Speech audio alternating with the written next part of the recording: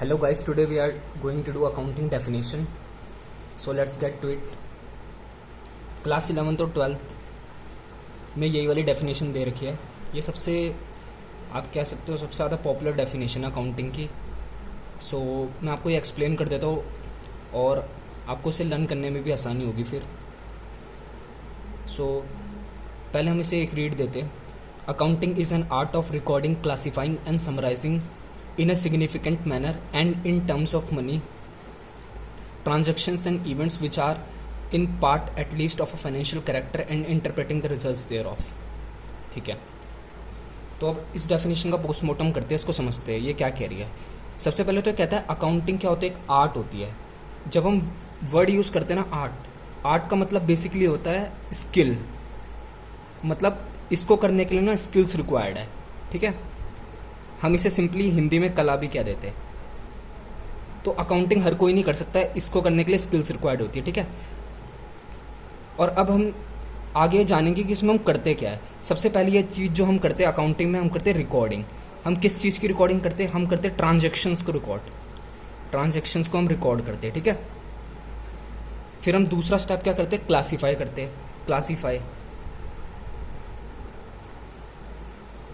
Classify भी हम transactions को करते हैं. ठीक है, और लास्ट स्टेप होता है अकाउंटिंग में हमारा समराइज करना. ठीक है,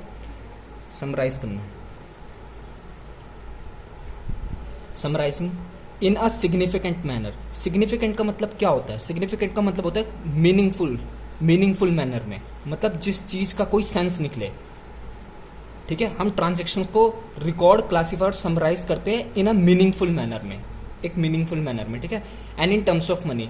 अच्छा, अकाउंटिंग की एक खास बात होती है, इसमें ना हम ट्रांजैक्शंस खाली वो वाली रिकॉर्ड करते हैं जो हम मॉनेटरी टर्म्स में मेजर कर सके, जिसकी कोई मॉनेटरी वैल्यू हो. ठीक है, फॉर एग्जांपल इसमें नॉन मॉनेटरी वैल्यू की ट्रांजैक्शंस कभी भी रिकॉर्ड नहीं हो सकती. अगर एक कंपनी है, उसके एम्प्लॉयज काम करते हैं, कंपनी के एम्प्लॉयज काम कर रहे हैं, वो एम्प्लॉयज बहुत ही लॉयल है और हार्ड वर्किंग है. अकाउंटिंग में ये क्वालिटी ना कभी भी रिकॉर्ड नहीं हो सकती. क्यों? क्योंकि ना हम किसी की भी लॉयल्टी या हार्ड वर्क पैसों में नहीं नाप सकते. ये मॉनेटरी टर्म्स में नहीं है. ये किसमें, ये बेसिकली नॉन मॉनेटरी टर्म्स में.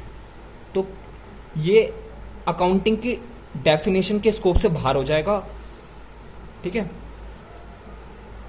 क्योंकि अकाउंटिंग सिर्फ वाली ट्रांजैक्शंस रिकॉर्ड करती है जो कि टर्म्स ऑफ मनी, मतलब जो मॉनेटरी टर्म्स में होती है. ठीक है, transactions and events which are in part at least of a financial character and interpreting the results thereof. जब भी हमें ना दो कोमा दे रखे हो ना, जैसे विचार के बाद कोमा है और इन पार्ट एट लीस्ट के बाद कोमा है, तो हम ऐसे रीड करते हैं स्टेटमेंट को, transactions and events which are of financial character in part at least and interpreting the results thereof. ठीक है, तो इसका मतलब क्या है, कह रहा है ये सिंपली वही कह रहा है कि ट्रांजैक्शन और इवेंट्स हम वही वाली रिकॉर्ड करेंगे जो फाइनेंशियल कैरेक्टर की हो. ठीक है, और फिर कहता है एंड में हम क्या करते हैं, इंटरप्रेट करते हैं रिजल्ट्स को. इंटरप्रेट करने का मतलब होता है अकाउंटिंग खाली यही तक सीमित नहीं है कि आप ट्रांजैक्शन को रिकॉर्ड कर दो, फिर क्लासीफाई कर दो, फिर समराइज कर दो. एंड में हमें ना इंटरप्रेट करने का मतलब होता है एक तरीके से एक्सप्लेन करना किसे, रिजल्ट को. अकाउंटिंग सिर्फ ये रिकॉर्ड, क्लासीफाई, समराइज करके नहीं छोड़ती, बट लेकिन वो क्या करती है, एक्सप्लेन भी करती है जो भी रिजल्ट्स निकल के आते हैं एंड में उसे. ठीक है, अब थोड़ा और डीप लेवल पे जाते हैं. मैंने बोला कि हम ना रिकॉर्ड करते किसे, ट्रांजेक्शन्स को. हम कहाँ पे रिकॉर्ड करते हैं, हम जर्नल में रिकॉर्ड करते हैं. जर्नल एक बुक होती है जहाँ पे एंट्रीज रिकॉर्ड होती है, जहाँ पे ट्रांजैक्शंस रिकॉर्ड होती है बेसिकली. ठीक है, और हम क्लासीफाई करते हैं ट्रांजैक्शंस को. कहाँ पे करते हैं हम क्लासीफाई, लेजर अकाउंट्स में, LEDGER अकाउंट्स.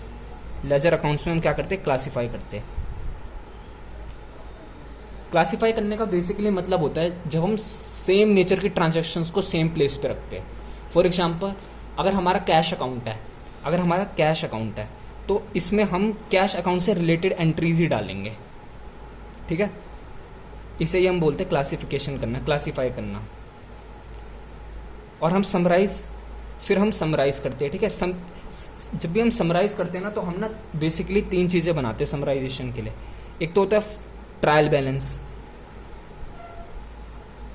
इसमें हम कुछ नहीं करते, लेजर बैलेंस, लेजर अकाउंट्स का जो बैलेंस बचता है वो सिंपली इसमें लिख देते हैं हम ट्रायल बैलेंस में, ठीक है। दूसरी चीज़ हम बनाते हैं trading and profit and loss account, trading and profit and loss account. और लास्ट चीज़ हम बनाते हैं बैलेंस शीट। तो ये तो मैंने आपको एक्सप्लेनेशन दी थी किस चीज़ की। अब आपको डेफिनेशन पढ़ने में थोड़ी आसानी होगी, क्योंकि जब हम चीज़ को समझ जाते हैं तो हमें वो चीज़ जल्दी याद भी हो जाती है। तो फिर से एक बार डेफिनेशन पढ़ते हैं। Accounting is an art. Art मतलब क्या है? स्किल। किस चीज़ की स्किल? रिकॉर्ड करने की। क्या रिकॉर्ड करने की? ट्रांजेक्शन्स रिकॉर्ड करने की। और बेसिकली ट्रांजेक्शन रिकॉर्ड कहाँ पे होती है? जर्नल में होती है, ठीक है। क्लासीफाई करने, क्या क्लासीफाई करना है? ट्रांजेक्शन्स क्लासीफाई करना है। कहाँ पे करते हैं हम ट्रांजेक्शन क्लासीफाई? लेजर अकाउंट्स में करते हैं, ठीक है। समराइजिंग करना मतलब ट्रायल बैलेंस को बनाना, जो कि लेजर अकाउंट्स को समराइज करता है। देखो क्या सीरीज चल रही है, जर्नल से लेजर बनते हैं, लेजर से ट्रायल बैलेंस बनता है, ठीक है। फिर ट्रायल बैलेंस से trading and profit and loss account बनता है, जो कि बेसिकली हमें नेट प्रॉफिट और नेट लॉस बताता है। और उसके बाद हमारी बैलेंस शीट बनती है, जो कि हमें फाइनेंशियल पोजीशन बताती है। अभी के लिए बस इतना ध्यान कर लो, समराइज करने में 3 चीज़ बनानी है हमें। एक तो ट्रायल बैलेंस बनाना है, फिर ट्रेडिंग प्रॉफिट एंड लॉस बनाना है, और फिर बैलेंस शीट बनानी है एट द एंड, ठीक है।